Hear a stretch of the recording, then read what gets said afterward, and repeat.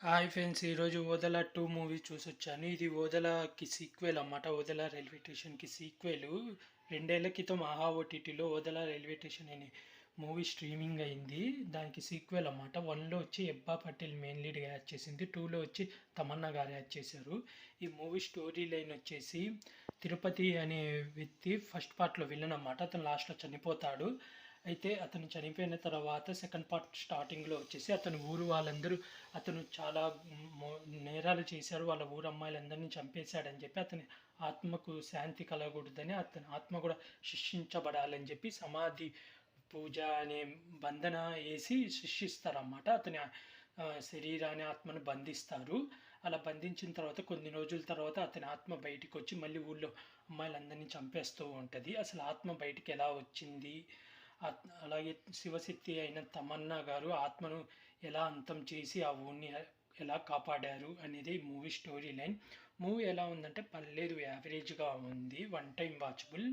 ఈ మూవీలో మెయిన్ ప్లస్సులు వచ్చేసి మ్యూజిక్ బాగుంది, అలాగే ఫోటోగ్రఫీ కూడా బాగుంది, అలాగే విఎఫ్ఐ సీన్స్ కూడా చాలా బాగున్నాయి. గ్రాఫిక్ సీన్స్ కొన్ని కొన్ని సన్నివేశాలలో అయితే చాలా బాగున్నాయి, బాగా తీశారు. అలాగే యాక్టింగ్ వైజ్గా తమన్నా గారి యాక్టింగ్ బాగుంది.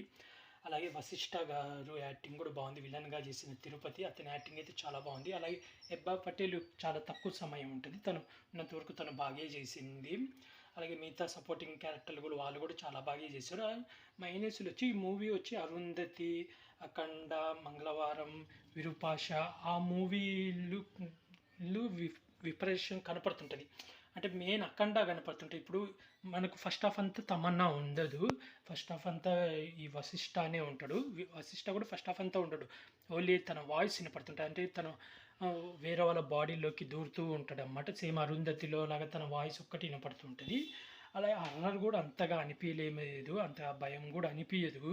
జస్ట్ వాయిస్తోనే అలా అలా డైలాగులు చెప్పడం, మాటలు అలా అలా ఉంటుంది. అంతగా భయం ఏమి అనిపించలేదు.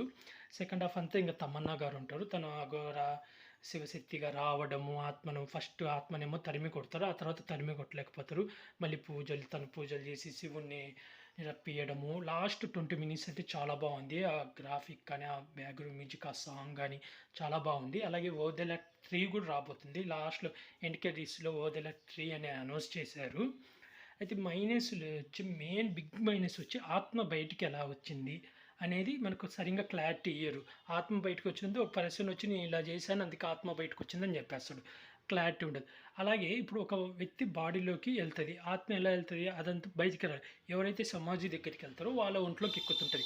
ఇప్పుడు అక్కడ ఒక శవాన్ని బూడి చేసి వాళ్ళకు పూజ చేసి అక్కడ తంత్రిచ్చారు అన్నప్పుడు అక్కడికి ఎవరు వెళ్ళకూడదు కదా. కానీ అంటే ప్రతి ఒక్కళ్ళు ఎవరో ఒకరు పాస్ పోయడానికో, ఎవరో వేరే వాడు ఫోన్ మాట్లాడేది కూడా అక్కడే దిగి అక్కడే ఆ ప్లేస్కే వెళ్తుంటారు. ఏదో వాంటెడ్గా కావాలని ఇప్పుడు ఈ వ్యక్తి బాడీలోకి ఆత్మ ఎక్కాలి, ఈ సీన్ ఇప్పుడు రావాలి అని చూపించిన సీనే మళ్ళీ రిపీట్ అవుతున్నట్టు ఉంటుంది.